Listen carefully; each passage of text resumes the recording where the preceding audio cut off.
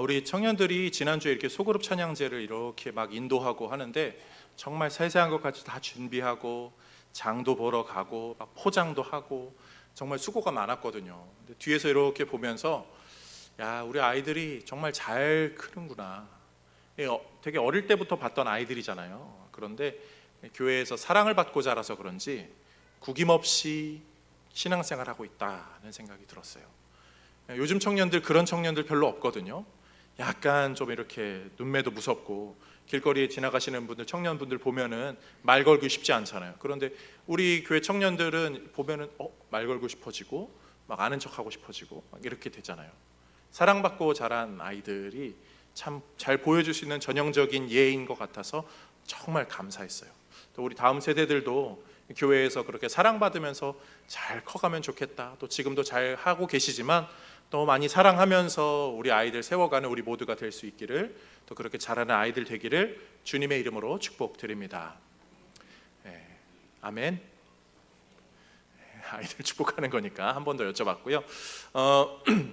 오늘 본문은요, 그런데 사실 이렇게 사랑받아 마땅한 그런 공동체에서 사랑받지 못하는 예수님에 관련된 이야기죠.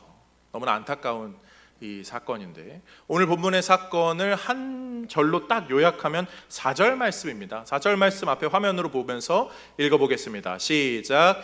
예수께서 그들에게 이르시되 선지자가 자기 고향과 자기 친척과 자기 집 외에서는 존경을 받지 못함이 없느니라 하시며. 아멘. 예수님이요, 자기 친척, 고향, 자기 가족들에게 존중받지도 존경받지도 못하는 이 본문의 말씀을 우리는 오늘 살펴보려고 합니다. 말씀을 살펴볼 때에 성령께서 지혜를 주셔서 깊은 의미들을 깨닫게 하시고 우리의 마음에 새기게 하시며, 우리의 입술로는 예수 그리스도를 구주로 고백하는 신앙, 하나님을 아버지로 모시고 주로 삼는다라고 하는, 주님만을 따르겠다라고 하는 신실한 고백이 우리의 삶에 이어지기를, 그리고 삶으로 그 은혜의 걸음을 걸으며 하나님 영광의 열매를 맺는 우리 모두가 되도록 나아가는 이 시간 되기를 주님의 이름으로 축복드립니다. 오늘 이 말씀으로 세 가지, 우리 신앙생활 가운데 좀 기억해야 될 신앙의 교훈 세 가지를 좀 나누려고 합니다. 첫 번째로는요, 우리는요, 오늘 세계의 못이라는 제목이잖아요. 우리는요, 우리의 머리에 고정관념이라는 못을 너무나 쉽게 박아버리고 그것을 빼지도 않고 그것에 대해서 별로 의식하지도 않는 채 함부로 살아가는 존재라는 거예요. 우리 안에 있는 이 고정관념이 얼마나 무서운지 오늘 본문이 그걸 보여주고 있죠. 1절에서 3절까지의 내용을 쭉 천천히 읽어보면서 상황을 한번 파악해 보겠습니다. 예수께서 거기를 떠나 고향으로 가시니, 고향 나사렛으로 가신 거예요. 제자들도 따르니라. 지금 예수님 혼자 간 게 아니라 예수님을 따르던 제자들, 아마 더 수많은 사람들 예수님 늘 따라다녔잖아요. 그 사람들이 예수님을 지금 따라간 거예요. 나사렛으로 간 거예요. 동네 사람들, 지역 사람들이 그걸 다 본 거죠. 2절 말씀, 안식일이 되어 회당에서 가르치시니 많은 사람이 듣고 놀랐어요. 그 사람들이 오, 대단하다 느낀 거죠. 이 사람이 어디서 이런 것을 얻었느냐? 우리가 알고 있는 예수님 이런 존재인가? 어디서 저거 배워온 거지? 이 사람이 받은 지혜와 그 손으로 이루어지는 이런 권능, 예수님은 다른 지역에서 이미 수많은 권능들을 베풀고 계셨어요. 그 소문을 들어왔던 거죠. 그런지라 지금 이 가르치는 정도가 아니라 그런 권능들도 있다고 하는데, 그것이 진짜 어떻게 된 거지? 진짜 신기하다. 사람들이 그러고 있었어요. 그런데 그 놀랍고 이 대단한 예수님을 눈앞에 본 사람들의 반응은 실제적으로 3절이 이렇게 말하고 있죠. 이 사람이 마리아의 아들 목수가 아니냐, 이 사람이 야고보와 요셉과 유다와 시몬의 형제가 아니냐, 이 사람의 그 누이들이 우리와 함께 여기 있지 아니하냐. 지금 이 이스라엘 백성들은, 그 나사렛 사람들은요, 예수님을, 그 대단한 것을 가르치는 사람, 엄청난 지혜가 있는 사람, 저 많은 제자들을 거느리는 사람, 엄청난 권능을 베푸는 사람이 아니라 목수의 아들, 목수, 마리아 아들, 우리 동네에서 자라던 그 코올리게 꼬맹이, 그 사람 아니야? 라고 하는 거죠. 그리고 맨 마지막 3절 마지막에 예수를 배척한지라 그렇게 적어 있잖아요. 별로 좋아하지 않아요. 놀랍지도 않고 대단하게 여기지도 않고 그냥 내가 생각하는 예수라는 청년 정도로만 예수님을 바라보고 있는 거죠. 사람의 고정관념이 그래요. 저 사람 나쁜 사람이야. 저 사람 나한테 상처 준 사람이야. 저 사람 이런 사람이야. 저 사람 웃긴 사람이야. 저 사람 뭐 이런 사람이야. 우리는 그런 고정관념이 딱 박혀버리면 그걸로 그 사람을 딱 평가해 버립니다. 아는 목사님 중에요, 그 교회에서 담임 목사님이 된 목사님이 계신데, 그 성도님들은 그 목사님을 그 교회의 유재석, 젊었을 때 유재석이었다고, 우리 교회 유재석이야, 그만큼 재밌고 유쾌했어 했는데, 그 목사님이 목회를 하는데 진중한 말씀을 전하니까 유재석이 아닌데 이렇게 막 약간 혼란스러워 한다는 거죠. 사람의 고정관념이 그래요. 그 사람 그런 사람이야, 그 사람 그런 사람이야. 그런데요, 오늘 본문에 보세요. 이 사람들은요, 예수님에 대해서는 많이 알아요. 마리아의 아들이고 요셉의 아들이고 목수의 아들이고 또 청년이 돼서 목수 일을 했었고, 뭐 형제는 누가 있고 누이는 누가 있고 그 집은 어디고 숟가락은 몇 개고 밥그릇은 몇 개고, 다 예수님에 대해서는 알지 몰라도 예수님을 알지는 못하는 그런 사람들이었던 거죠. 우리 그럴 수 있거든요. 군인이요, 총에 대해서 막 지식이 많이 있고, 저거 딱 보면 무슨 모델이고 뭐 어떤 위력이 있고 아무리 많이 알지라도요, 총을 쏴보지 못한 사람은 군인이 아닙니다. 방독면을 막 화생방 이러면 방독면 마스크를 어떻게 쓰고 뭐 이렇게 탁탁 수행 갖고 가스 막 이런 거 해야 되거든요. 이런 거를 아무리 지식으로 많이 알고 있을지라도 수십 번 수백 번 훈련에 걸쳐서 딱 이게 체득화되지 않은 사람은 제대로 된 군인이라고 할 수 없어요. 그런 것에 대해서 많이 알고는 있을지 몰라도 그것을 알지 못하는 거죠. 신앙생활도요, 하나님에 대해서는 많이 알 수 있을지 몰라요. 성경을 지식적으로는 많이 알 수 있을지 몰라도 하나님을 아는 거는 전혀 다른 겁니다. 하나님을 아는 거는 하나님을 인격적으로 만나는 거죠. 그리고 하나님에 대해서 진실한 지식으로 하나님을 정말 잘 알아가는 것, 그게 우리의 기도 제목 되어야 하지 않습니까? 예수님 당시의 사람들 보세요. 어땠습니까? 내가 아는 걸로 충분한 사람들, 그들은 율법이 가득하고 머릿속에 율례가 가득하고 선지자들의 예언이 가득하고 구약의 말씀들이 가득했습니다. 그러나 예수님을 알지는 못했어요. 예수님이 눈앞에, 메시아가 눈앞에 있는데 메시아에 대한 지식은 많을지라도 메시아를 몰랐어요. 메시아를 알아보지 못했죠. 무슨 오류입니까? 자기 지식에 빠진 오류죠. 아무리 아는 것이 많을지라도요, 그것을 의지하는 것은 정말 미련한 것입니다. 아는 것이 많다고 지혜로운 게 아니에요. 아는 것이 많을지라도 그거 의지하면 미련한 것이 됩니다. 우리 자신의 지식을 의지하지 말라는 성경 구절들 여럿 있잖아요. 우리 유초등부 친구들이 한번 읽어주면 좋겠는데요. 잠언 3장 5절 말씀 시작.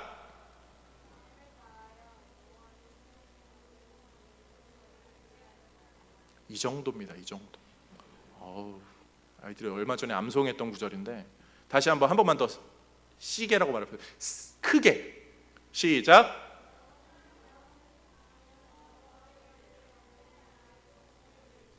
네, 아멘. 네.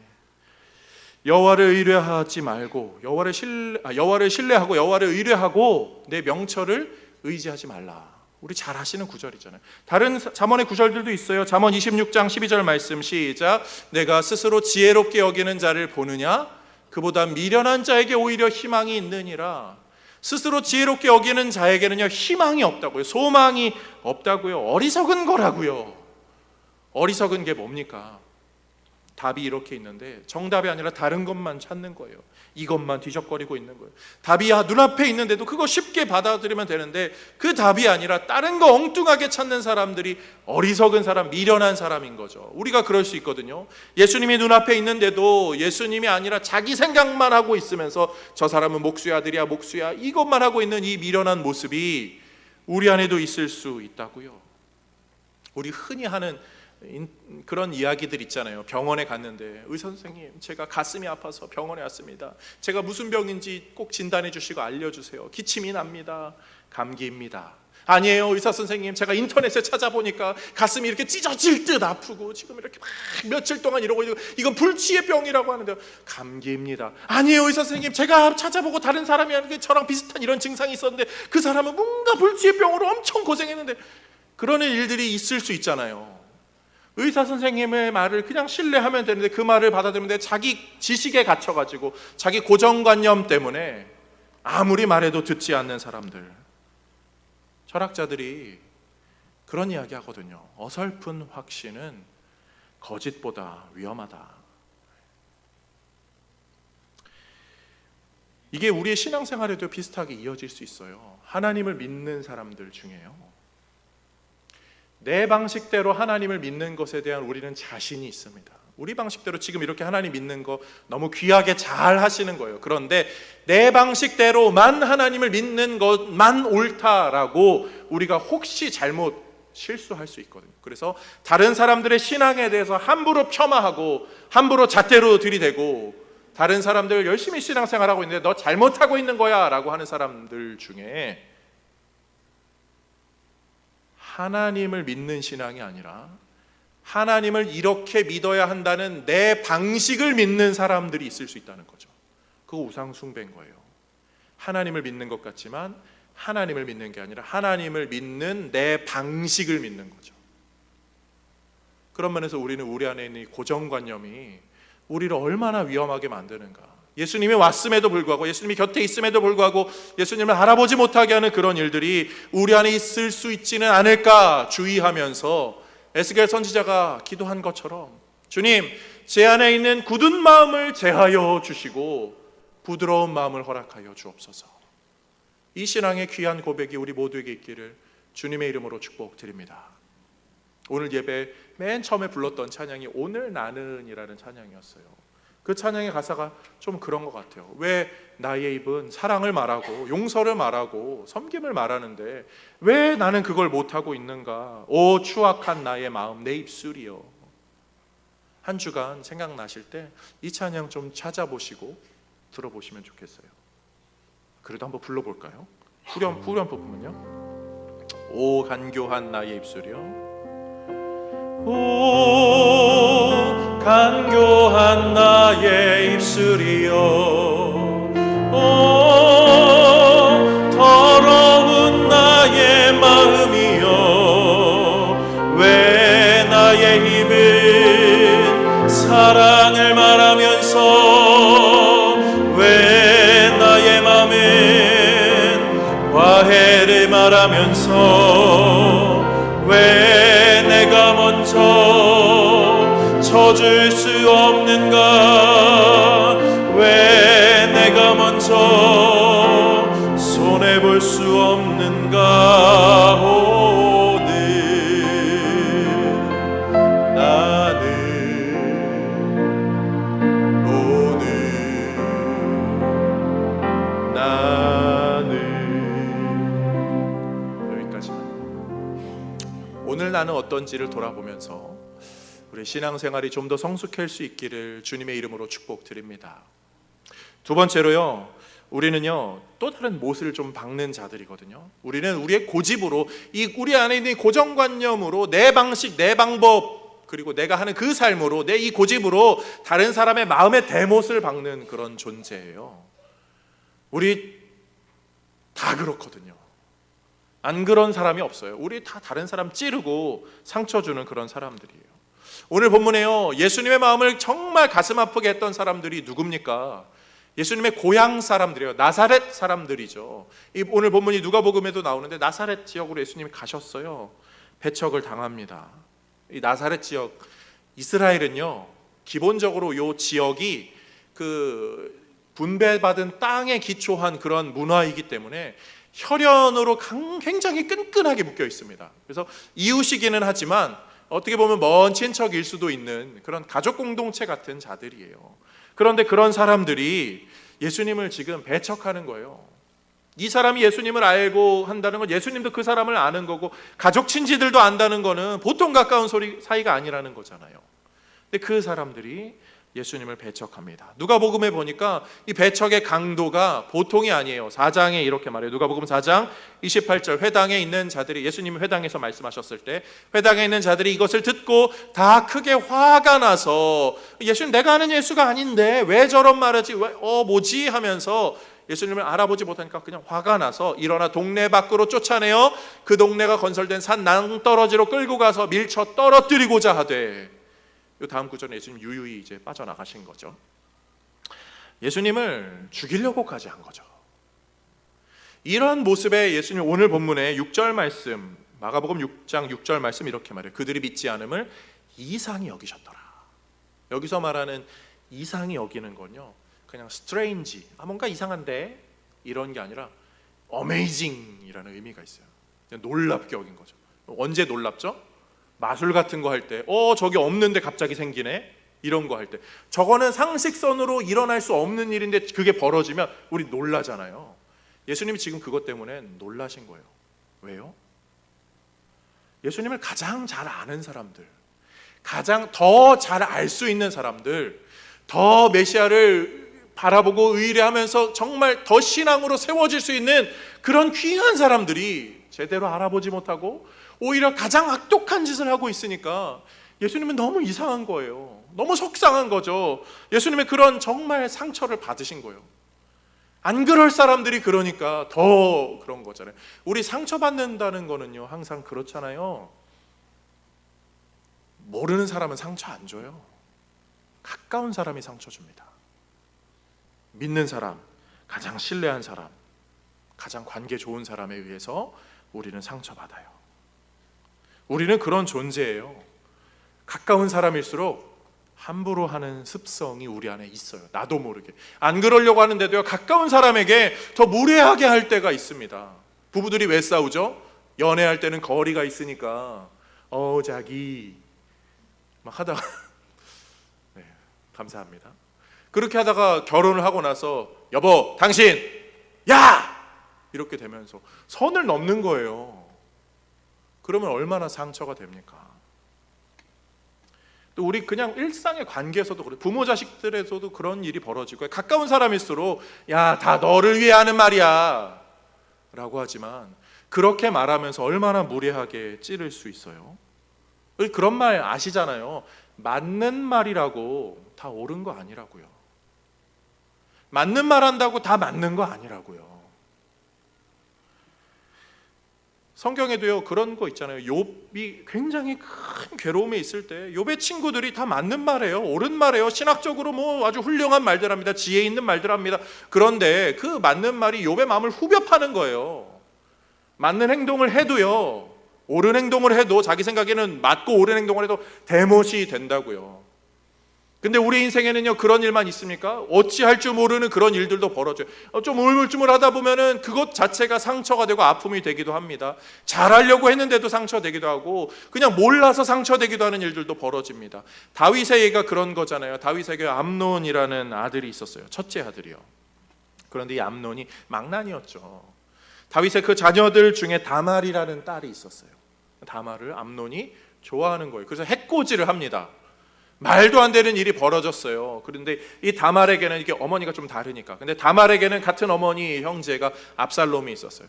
암논이 다말을 그렇게 해코지한 것을 듣고 압살롬이 엄청 화가 납니다. 다말도 그냥 뭐 굉장히 인생이 아주 그냥 비참해지는 거죠. 그리고 다윗을 바라보는 거예요. 다윗이 알고 있으니까, 아버지가 좀 이거 해결해 줬으면 좋겠으니까. 근데 다윗이 뭐 왜 그러는지 모르겠지만, 제가 그냥 생각해 보기에는 암논도 아들이니까 뭐 어떻게 뭐 사용할 수 없죠. 사용시킬 수 없잖아요.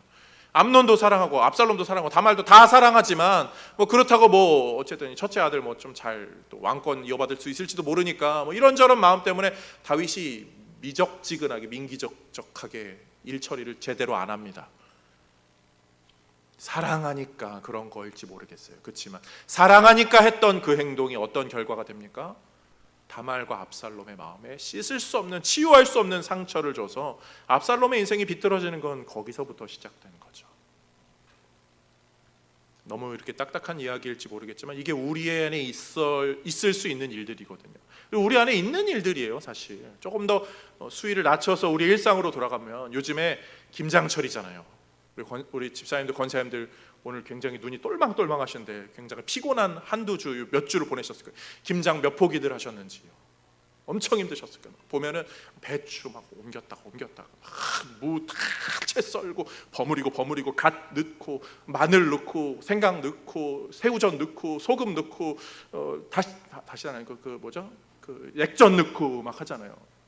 남편분들이 도와주셨어요? 반성하십시오. 저도 안 도와드려가지고 죄송합니다. 그런데요, 김장할 때 교회 김장 같은 거 이렇게 할 때 그런 거, 저희 이번 주에 김장 있습니다. 그런데 광고는 딱히 뭐 안 하는 게 뭐 이렇게 많지가 않아서 주방 봉사 하시는 분들 중심으로 이게 몇 분만 이렇게 섬겨주시기로 해가지고 아시고 기도하시면 돼요.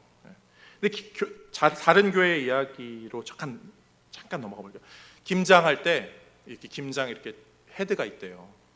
소금 넣어, 새우젓 넣어. 근데 먹을 때 그러잖아요. 올해는 짜네? 말할 수 있죠. 말할 수 있죠. 뭐 짠 거로 말할 수 있죠. 새우젓, 이거 누가 샀어? 김장김치는 6젓이지. 6젓입니까? 7젓입니까? 김장김치는 뭐죠? 6젓이죠. 그거 안 넣어서 올해 김장 이렇게. 왜 새우젓 넣죠? 그렇죠.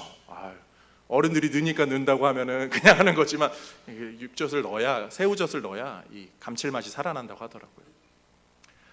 근데 그런 분들 있어요. 짜네?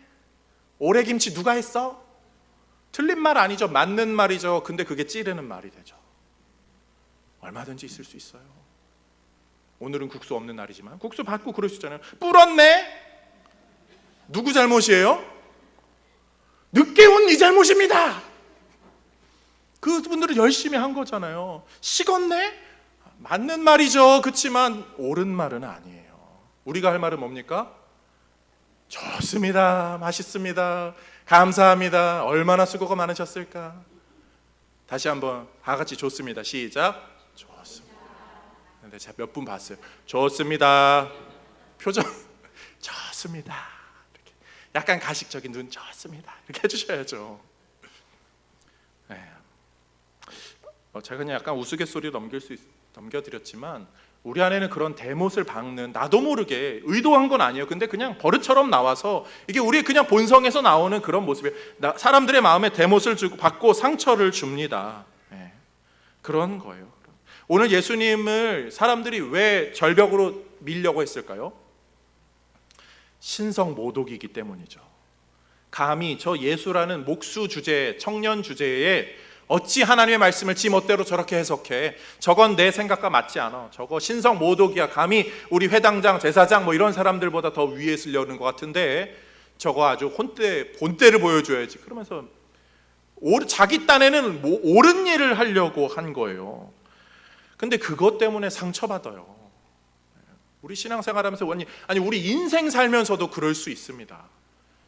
잘하려고 옳게 하려고 꼭 그렇게 이렇게 돌려놔야 될 것 같은 그런 분들, 정의감이 굉장히 투철하신 분들이 있거든요. 다 좋은 모습이겠지만 그게 과할 때 얼마나 많은 아픔을 주는지 모르겠어요.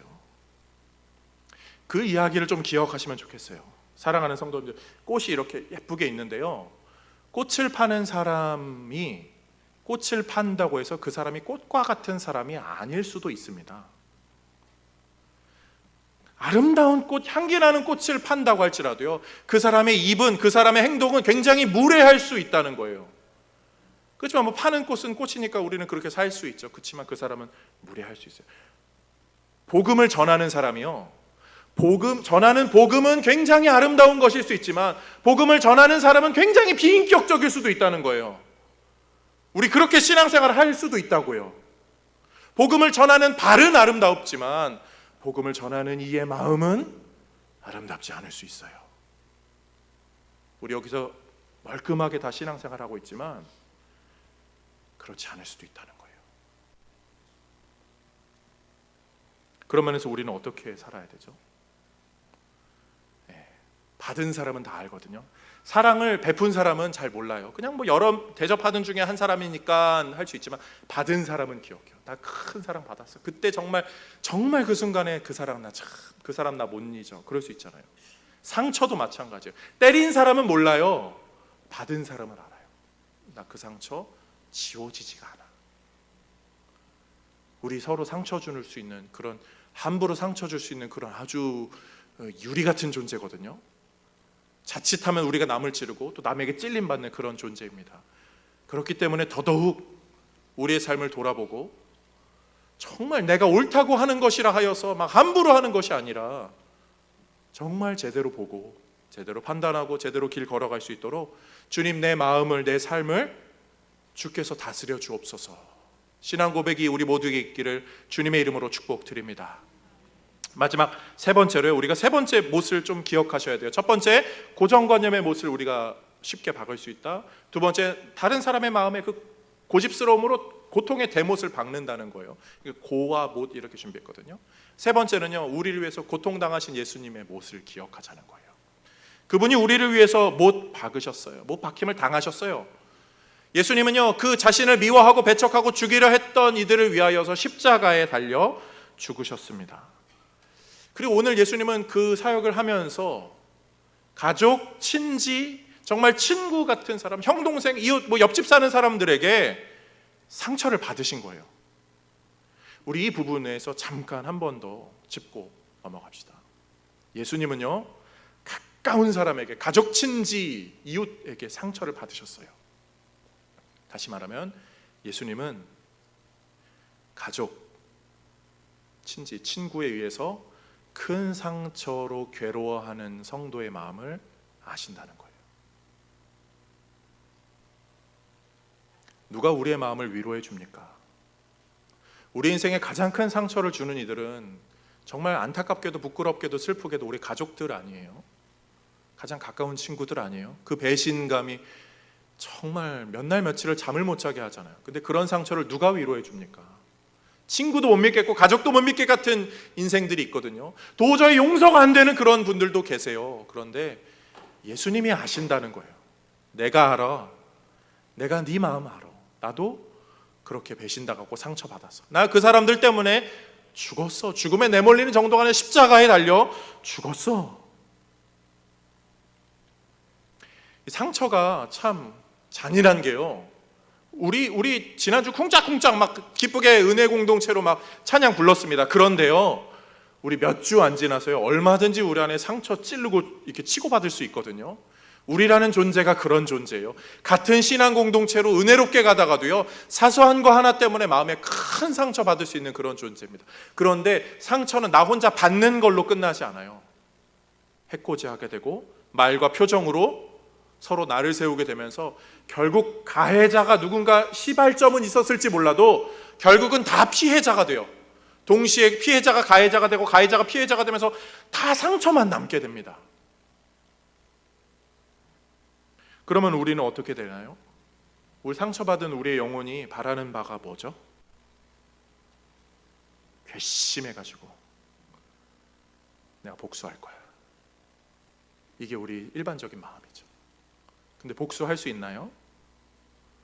복수 안 돼요. 복수하면 안 돼요. 해서도 안 되고요. 할 수도 없어요. 사랑은 뭐 더군다나 할 수도 없는 것 마찬가지지만, 그래서 우리가 보통 신앙하는 생활하는 성도나 아니면 일반 모든 사람들이 선택하는 길이 있습니다. 멀리 떨어지는 거예요.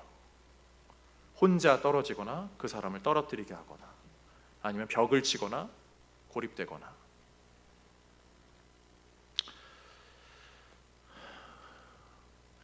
이런 우리 인생의 성경이 뭘 가르칠까요? 우리 근데 복수하고 싶거든요. 근데 성경이요, 복수를 가르쳐줘요. 사실 진짜 복수가 뭔지를 알려주거든요. 신명기 말씀을 보면요, 하나님께서 진짜 복수를 가르쳐주세요. 너가 다른 거 말고 그냥 나를 믿고 나를 잘 따르면, 내 명령과 내 규례와 내 율례를 잘 따르면 내가 너의 인생을 다시 모아줄게. 그러니까 아파서 상처받고 막 흩어진 그런 사람들을요, 다 모아줄게. 내가 너희를 인도해줄게. 하나님이 약속해 주세요. 그런데 그 약속에 뭐가 있냐면, 내가 너에게 상처 준 사람들, 너를 이렇게 핍박한 사람들, 너를 그렇게 고통스럽게 한 사람들 내가 저주할게. 하나님은요, 나한테 맡겨. 너 그거 신경 쓰지 말고 나한테 맡겨. 내가 복수해 줄게. 이게 하나님이 말하시는 완벽한 복수예요. 우리가 복수가 어려운 이유가, 그리고 마음의 응어리가 해결되지 않는 이유는요, 하나님께 맡기면 되는데 내가 복수하고 싶어서 그런 거죠. 내가 한 대 콱 쥐어 박아주면 좀 마음이 후련할까? 근데 그거 한다고 결국 상처는 상처로 계속 왔다 갔다 해요. 하나님께 맡겨야 돼요. 그리고 그것을 예수님이 하신 거죠. 예수님은 어떻게 이 자신의 상처를 감당하셨죠? 나의 원대로 마옵시고 아버지의 원대로, 아버지께 그냥 맡겨드린 거예요. 그랬더니 하나님께서 예수님을 십자가에 못 박는 아주 비참한 길까지 이끄셨어요.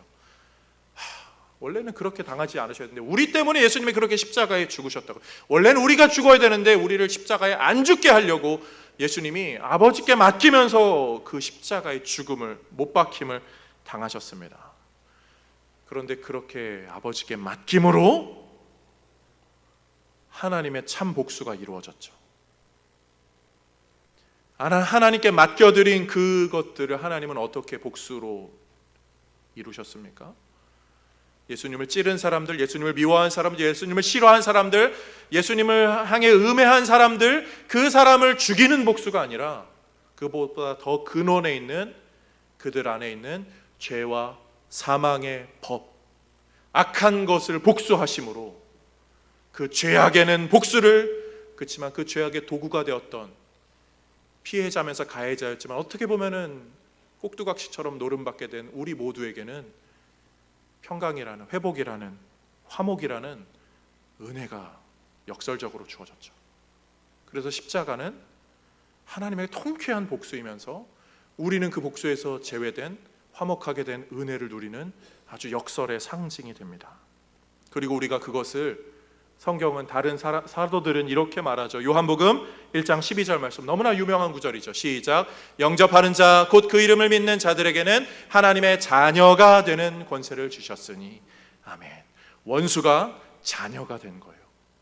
더 가까이 오라고요. 가까이 있어서 상처받고 그 찔리는 관계에서 이제 내동그라진 나, 홀로 남겨진 나에게, 나한테는 난 가족도 넌 필요 없어, 가족도 없었으면 좋겠어 하는 그 인생에 하나님께서 내가 네 가족이 되어줄게, 가장 가까운 참 가족이 되어줄게. 십자가 은혜로 우리를 가족 되게 하시는 거예요. 가족은 세 가지로 될 수 있거든요. 혈연으로 될 수 있어요. 피로 섞이면 가족이 될 수 있습니다. 십자가는 그 피의 상징이죠. 예수님의 보혈의 피로 우리는 한 가족이 되었어요.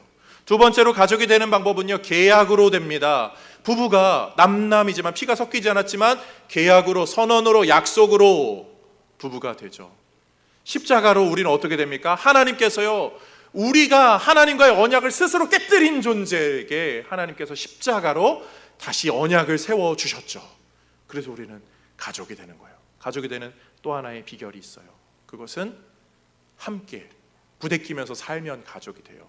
뭐 피도 아니고 뭐 아무런 관계도 아니지만 같이 살면 가족 되잖아요. 우리 옛날에 전쟁통 지나가신 분들 중에는 가족 다 형제, 삼촌이 하신 분들은 뭐 그렇게 가족이 된 거잖아요.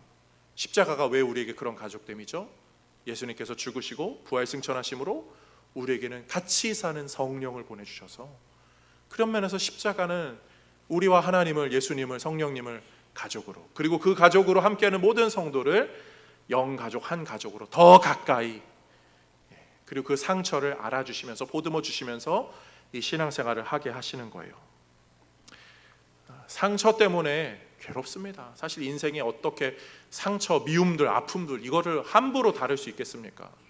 저는요, 감히 우리 성도님들에게 아유 집사님, 권사님 사랑하세요 그냥 이렇게 함부로 못 말하겠어요. 마음은 그러고 싶은 마음이 굴뚝 같지만 그 상처를 누가 보듬어요? 제가 이해합니다. 이걸로 그게 다 커버가 안 되는 아픔들이 인생에 얼마나 많이 있습니까?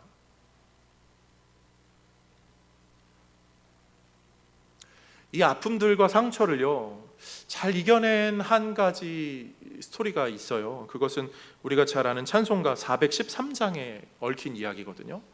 그 413장에 찬양시를 지으신 스패포드라는 그 평신도 사역자분이 계세요. 이분이 인생을 잘 살고 싶어가지고 인생의 많은 재산을 어떤 투자 회사에 탁 투자를 합니다. 근데 안타깝게도 그 회사가 망해요. 망해가지고 재산을 다 날린 거예요. 엎친 데 덮친 격으로 이분이 너무나 아끼는 5 자녀 중에 아들이 하나 있는데 그 아들이 질병으로 죽게 돼요. 1800년대이거든요. 너무나 마음이 아파가지고 인생의 그 헛헛함을 좀 해소하고 싶어서 사랑하는 내 딸과 아내와 함께 여행을 좀 갑니다. 여행을 갔는데 배를 타고 막 가는 이런 일정들이었어. 근데 갑자기 뭘 좀 급하게 처리할 일이 있어가지고 그거를 처리하고 가느라 아내와 내 딸을 먼저 보냅니다. 어떤 일이 벌어졌을까요? 안타까운 일이 좀 벌어졌죠. 배가 전복이 돼요. 다행인 건 그 아내분이 구조가 됐어요.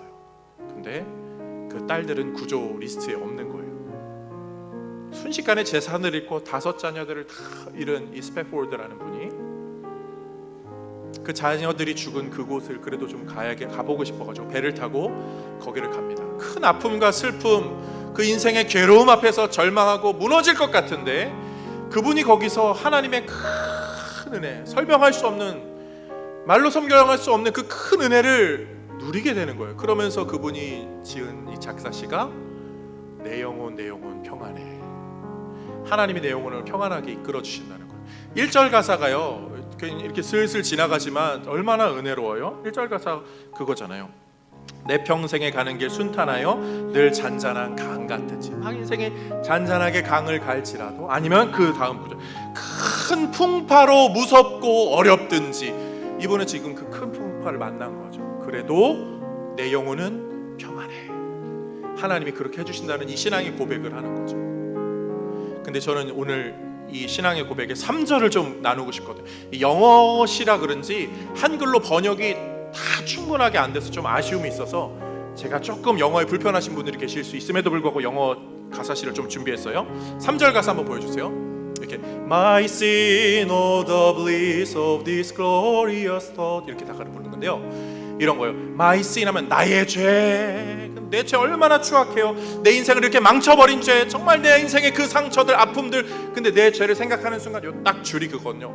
다른 생각으로 탁 잠깐 전환돼요. 오 감격. 왜 죄가 감격이에요? 왜 이 아픔과 상처가 왜 감격이에요?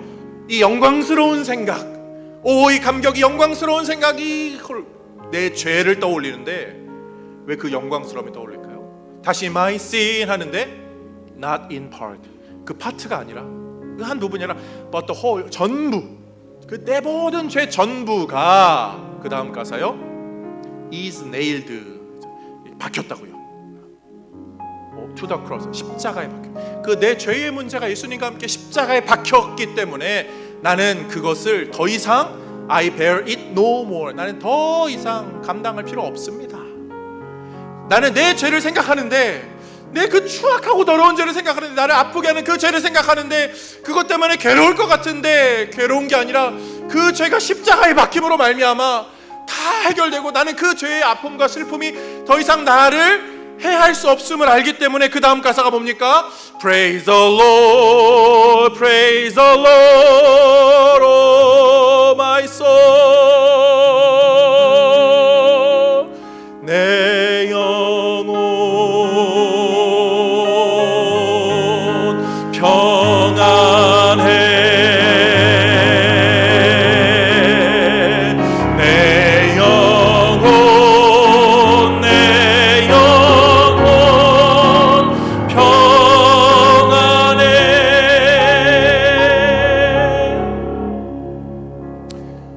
내 죄를 떠올리는데, 죄 때문에 가슴 아프고 괴로운 인생이 떠오르는데 그것 때문에 눈물 흘릴 것 같은데 그 눈물에서 멈추는 것이 아니라 거기서 딱 끊어지고 오히려 훨씬 영광스러운 생각으로 내 인생이 쫙 연결돼서 십자가를 떠올리면 더 기쁨으로 가득 차고 하나님이 내 인생과 영혼을 더 잘되게 이끌어 주실 것이라는 확신으로 이 찬양시가 기록이 된 거죠.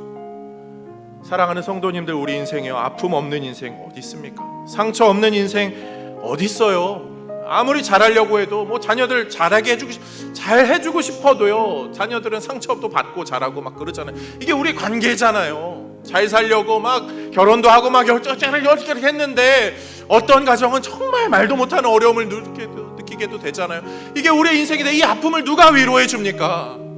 그 모든 것을 십자가에 박아. 야, 나도 내 가족들에게 배척당했어. 내 이웃들이, 내 친척들이 나 죽이려고 했어. 아니, 나는 죽임 당했어. 나 네 얼마나 힘든지 안다. 위로하시고 우리를 격려하시는 예수 그리스도, 그분이 우리의 유일한 구원이심을, 우리 인생에 가장 꼭 필요한 존재이심을 고백하며 신앙생활하는 우리 모두가 되기를 주님의 이름으로 축복드립니다.